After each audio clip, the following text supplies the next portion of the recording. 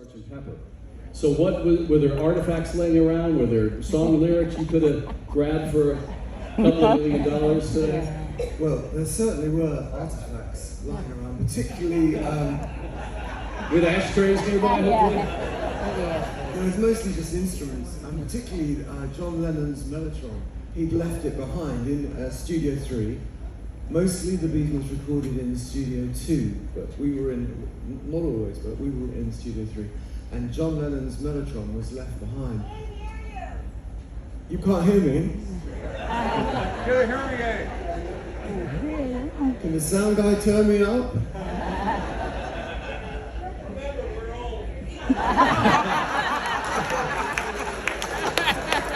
Well, you have to turn your hearing aids up there. There you go.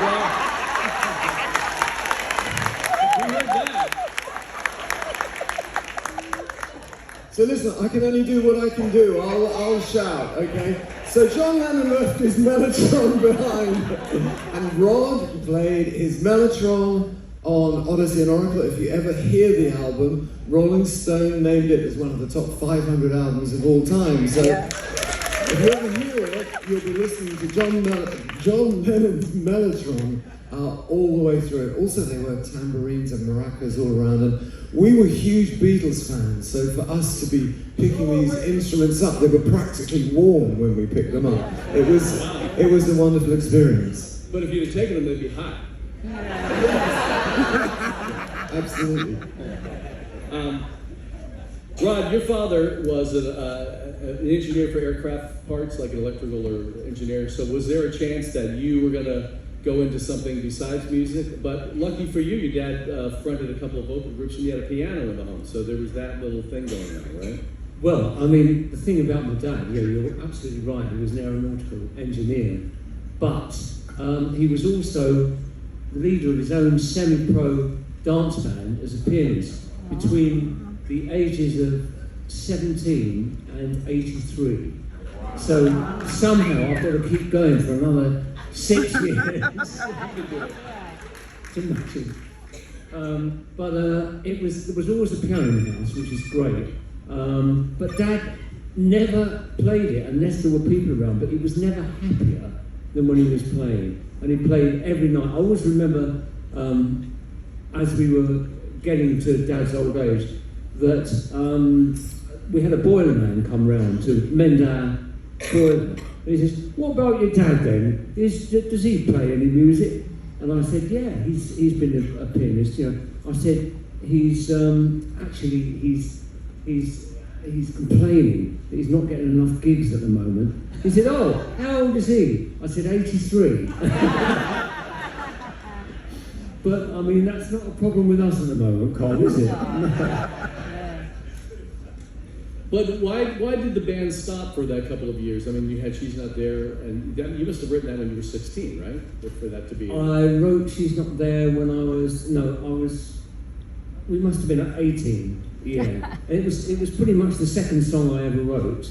And we wrote it because we won a beat competition, and one of the prizes was a Decca single recording contract. So we had Dick Rowe come into our, knock on the dressing room door and said, "Oh, hi, I'm Dick Rowe from Decca, and we'd love you to make a single for us." And we said, "Yeah, great." So we arranged that, and then Dick's, not Dick, but who was it? Oh, Ken Jones, the guy who was going to produce it, said, "You could always write something yourselves, you know." And so Chris went away and wrote You Make Me Feel Good, which ended up being the B-side of the record. And I went away and wrote She's Not There. And with the naivety and ignorance of youth, I thought, this is going to work out great. I had no knowledge of any of the pitfalls. I thought, Colin's going to sound great singing it. We'll put some great harmonies on it. It's going to sound great when it's recorded. And it'll come out and it'll be a big hit. And it was. It was just unbelievable. But we sort of accepted it, and we soon learned that things didn't always go that way. But it was a dream start, you know. And to be 18 years old and to come over to the US and play with some of our heroes like Benny King, Patti LaBelle. We had to sound check just before Patti LaBelle, and we thought, or just after Patti LaBelle, and we thought, oh my God, they're going to hate us because they're going to think that this is some pale white imitation of American, R&B or whatever it was. But they loved us, and they took us to their hearts. So it was a great experience from the beginning. What is it about the black artists that the British love? I mean, obviously we love them too, and the Motown sound, the Detroit sound. But like the Beatles always point to their heroes, Fats Domino and Little Richard, and was that the music that was getting through to you? Well, it was. But one of the reasons for that is that at that time there were a lot of what they used to call race stations over here. Okay. So quite often black people would listen to black stations, and then white people would listen to white stations, and the two didn't cross all that much. And then of course you've got people like Elvis and Buddy Holly who did used to tune into the black stations, and it was quite unbelievable when Elvis did That's All Right Mama, that a lot of the black race stations thought that he was a black artist. It seems strange now, when you listen to it, but at that time, because he had that soul in his voice and the sort of character that really spoke to them, and of course that was but in the UK there was almost no outlet anyway, but on the radio. But there was no delineation between the two things. So very soon, when Elvis came out and we heard Hound Dog, very soon a lot of the guys around our age would check out Big Mama Thornton's version of Hound Dog and hear that, and that led us into black music. And all the early rock and roll artists were talking about Ray Charles, so we'd listen to Ray Charles, and it was just a wonderful cross-fertilisation. And there was a lot of people were listening to the great jazz that was around as well. The Miles Davis Band of about 1958 with John Coltrane and Cannonball Adderley. It was a huge mix, much more than the separation of the radio stations in the US. I mean, that was my feeling, anyway. I mean, I think you guys were luckier than we were here in America because our music was all watered down. We had covers of the songs by Little Richard, by Pat Boone and artists like that. Absolutely. Yeah. So we were a little like, this is not what we should experience, So you guys actually had it better than us until the Beatles and British Invasion came in, and then everything just opened wide. So, but Colin, you when the band split for a while, you worked in insurance, and did you think this was going to be it? Your music career was over, or say it so that person can hear you? Yeah. Well, I'll just emphasise that I didn't have a great calling to get into insurance. But I was, at the end of the Zombies, I was absolutely flat broke. I had no money whatsoever. And I took the first job that I was offered. And, I've never told anyone this, but the first interview I went for, I didn't get this job. The first interview I went for, I had a couple of beers before I went in, just to make myself feel confident. I was making eye contact with this guy really, really strong, and I could see I was unsettling him. And he said, if you get this job, you and I, we have to get along together, you understand that? I said, yeah, I had a couple of beers. Yeah, of course. And then I thought I was there, this isn't insurance, I thought I was there as a sales manager.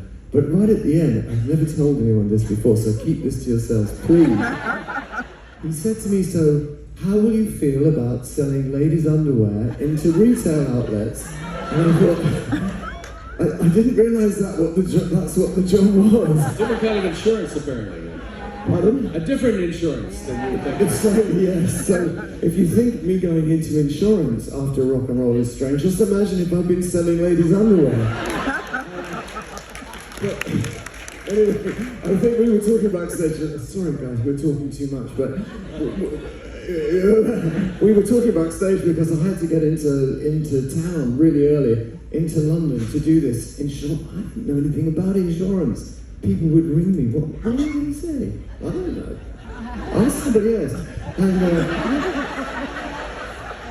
so I'm going in on the train. It's really, really crowded. It's a commuter train. I told this story last night. Sorry, ladies. And in the front row. And a guy I knew from Hatfield, I come from a place called Hatfield, about 30 miles north of London. He was standing next to me. It's really, really crowded on the subway. And I knew him, but I didn't know he wrote music. And he said, Colin, he said, I've written a rock opera. Now, this is 8 o'clock in the morning. I don't want to know. I really don't want to know.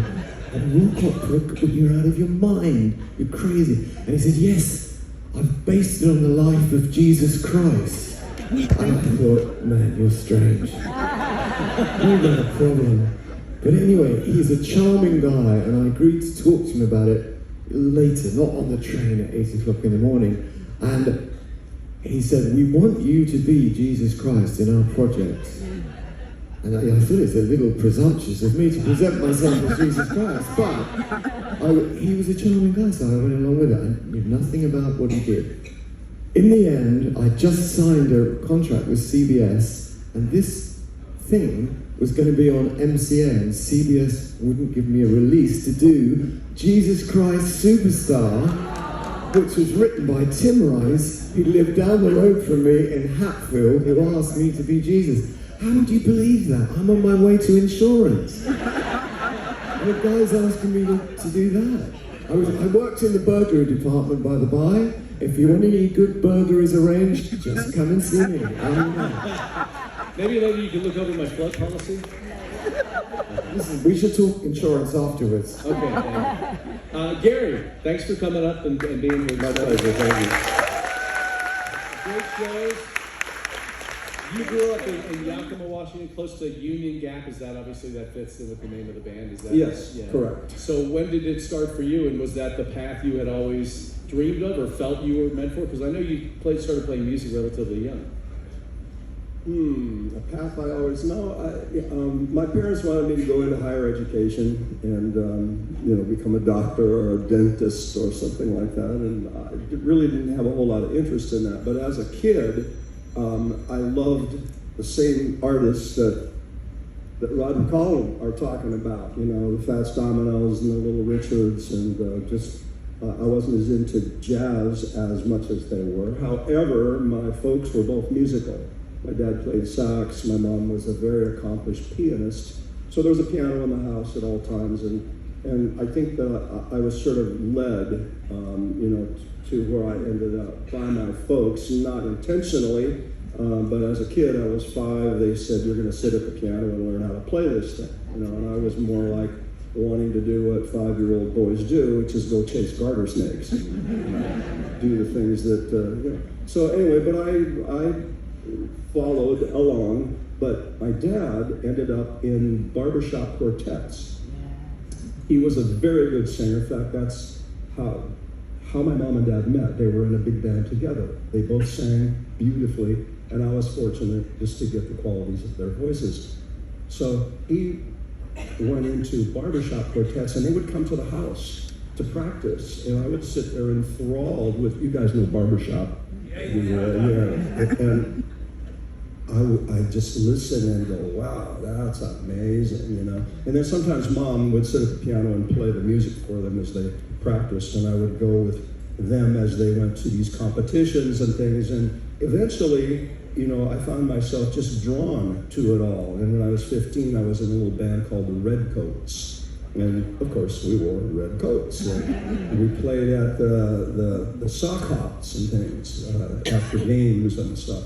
And that just sort of progressed into me going, my guitar's kind of cool. I think I'll get one of those and see if it doesn't attract the ladies. And so it just kind of went along. But I never really understood or believed that I was going to end up here today, somehow. And there came a point, though, where I was pretty serious about it. So working in a little group in San Diego, I had been in several, and one of them was a 12-piece band, and we all made about $5 every night, that we worked. And I just finally said, okay, that's enough of that. So we pared it down to 4 pieces. And things went along, and finally I said, I don't want to be in these nightclubs all my life, because it's a smoky, alcohol kind of atmosphere. And so I finally said, okay, here we go. I'm going to put together a portfolio. I'm going to I'm going to populate it with pictures and songs and things that are attractive to a producer, but we've got to have an image, you know? So I said, what are we going to do? You guys remember what we were wearing in those days?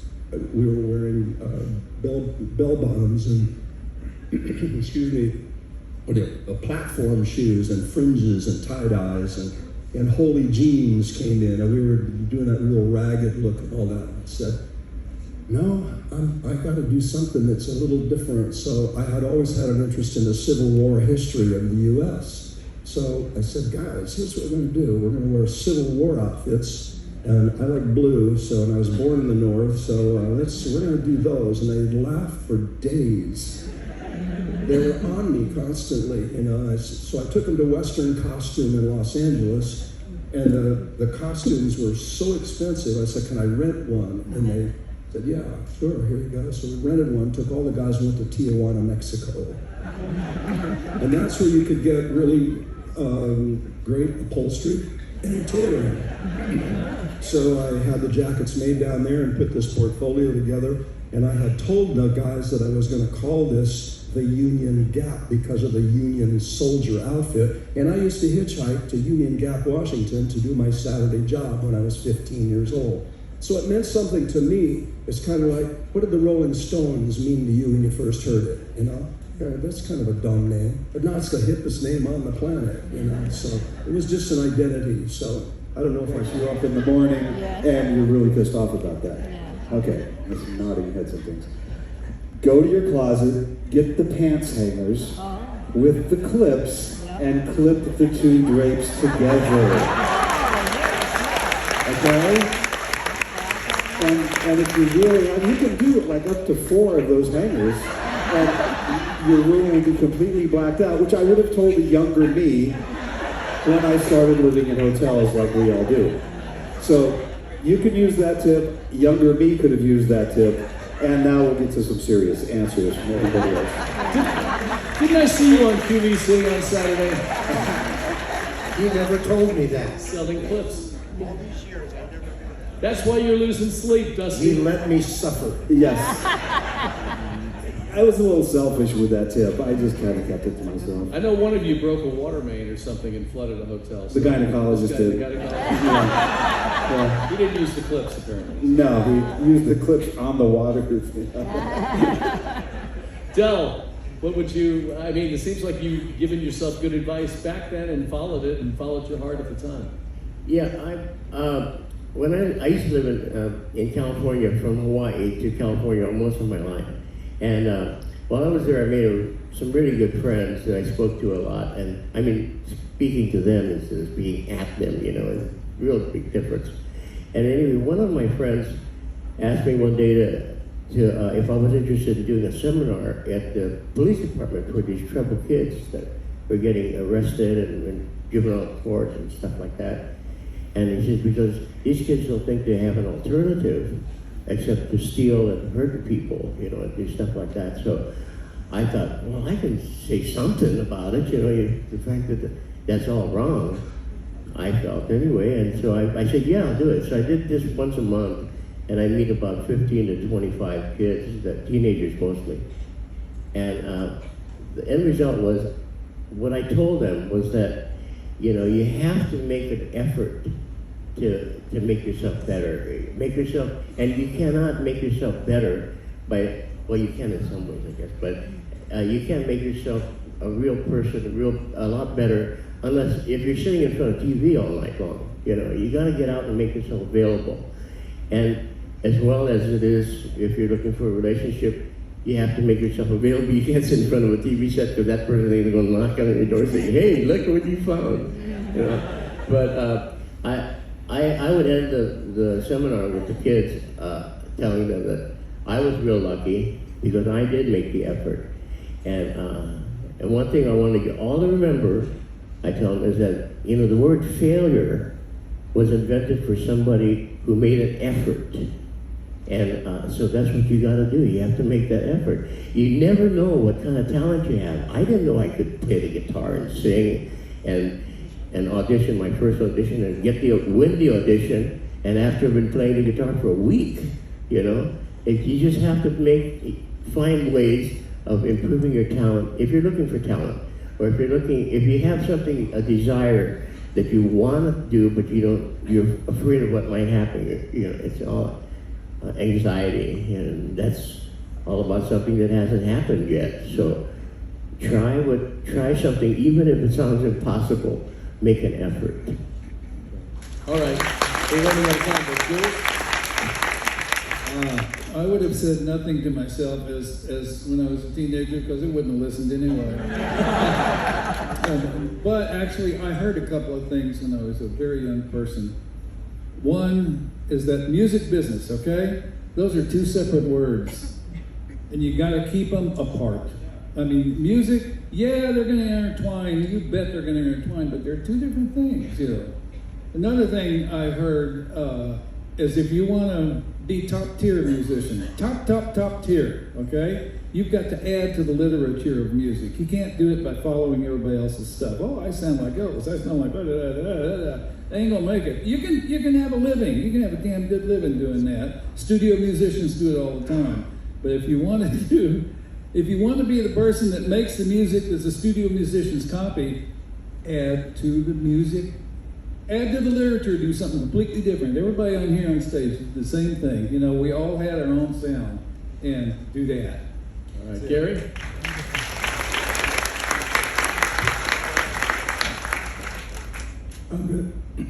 Excuse me, I'm gonna keep it real simple. It's been said down the line here. Focus, work hard. But I think finding what you love and doing what you love to the very best of your ability. Don't follow it for the money, follow it for the love of what you want to achieve in life. The money will come. The second thing is put Jesus in your life. All right, Colin? Jesus Christ Superstar, maybe. Well, looking back, when I was a kid, we were just 19 when we started out on the road, and I thought we had a 2 or 3 year career touring the world, playing the music we loved with my mates, playing with my pals, and I thought this would be a wonderful adventure. And of course, I lived life very fully. At 19 and 20 years old, you're having a wonderful time. And if I was to give myself some advice back then, I've only thought of this quite recently, is to always remember that there is a lifetime's career in music if you want it. But you've got to really want it, and you've got to be serious. You can't be partying all night and just being crazy. So I would just say that to a young person starting out in music, there's a lifetime's career available for you if you want it and you're prepared to work for it. On a lighter note, what I've said many times to my daughter is that I would like her to observe and inwardly digest everything that I've done in my life and do the complete opposite. All right, we'll close out with you, Argent. Well, I actually feel there's been so much wisdom going down the line here, and I'd just like to amplify really what everybody said. As Dusty said, if you're in love with music and you had a successful career, you would have to have started with fire. That you really do have to start with that. But you have to remember that as well. And I do apologise to anyone that's a record company executive here, but don't listen to what the record company executives say, because they always want you. They're always saying, do you know what you should do for your next release? What you should do is something like, A or B or whatever. And that's always wrong, because that's always going to be yesterday's news anyway by the time your record comes out. And you should remember that always try and do things for yourself. This has all been said, but at the same time, do it for real. Whatever you do it for real. Colin and I are still making records. We had our new album mastered 2 days ago, and we're really, really excited about it. We're as excited as we were when we made Odyssey and Oracle, when we did our very first records, because we always approach things in the same way. I'm lucky enough to write most of the songs, and I always try and get excited about something myself when I'm messing around. It could be a chord sequence, or it could be an idea that comes to me, and if I can make myself excited, I'll then always take the next stage will be to play it to Col. We always work as a team at the start, and I know pretty much after all these years the sweet spots in Colin's voice, what he would really like to sing, etc. And that's a joy in itself. And if we can, and we still work at everything we do. Colin rehearses practices his voice every day. I play piano just about every day. Having had a successful career for a very, very long time, I managed to buy myself, as a prize, a lovely concert Steinway Grand, which is just wonderful to play on, you know. And I'm aware how lucky I am to have been able to do this. And do you know what? I still wake up in the morning and I think, do you know what? I've earned a living all my life by doing something which I would have paid to do each day otherwise. And you have to remember that, as Dusty said, that you start with that fire, and you mustn't let go of that, because that is what drives you. That we've only got one life, and when you get to the end of it, you want to look back and say, well, I gave it my best shot. I really did. And I tried to fulfil myself and get out of it what I could. And you're not always going to succeed. Absolutely right. Of course, you're not always going to succeed, but that's because you're human, and of course you don't. But the other thing, sorry, I don't want to go on too long, but talking about the record company things, most of the records that we've had, even the #1 records that we've had all over the world, do you know what? Almost always they've started with people in the record company shunting it onto a lower level of something. This is not commercial. This is not going to happen. I mean, with Time of the Season, the only reason Odyssey and Oracle was released was because Al Cooper had just been signed as an A&R man, and he told Clive Davis that whatever he did, he had to buy this album. And Clive said, well, we've got the album, but we've passed on it. He said, well, you can't pass on it. So he made the record company release it, which they did, but they didn't believe in it. And then Time of the Season was really a last gasp. And Al said, you've got to release this record as a last gasp. And they did, and still nobody played it, but there was one guy in Idaho, one DJ in Boise, Idaho, who played this record because he loved it. And it took 6 months, but just gradually, like a stone going into a pond, the ripples moved outwards, and other people started to work on it and get excited about it, and suddenly it caught fire. And there it was, 50 years to the day exactly when Cashbox published their edition, which showed Time of the Season at #1 in the charts. We got inducted into the Rock and Roll Hall of Fame. 50 years to the day. And you always have to say, why are you doing this, what you're doing? You're so privileged, to be able to get to this age, as all the guys are here, and to be still loving what they're doing, and having a sense of humour about it as well, and not taking themselves too seriously, but taking their work seriously, and their love seriously. And that, in my opinion, that's the secret. All right, our FlowerPower superstars.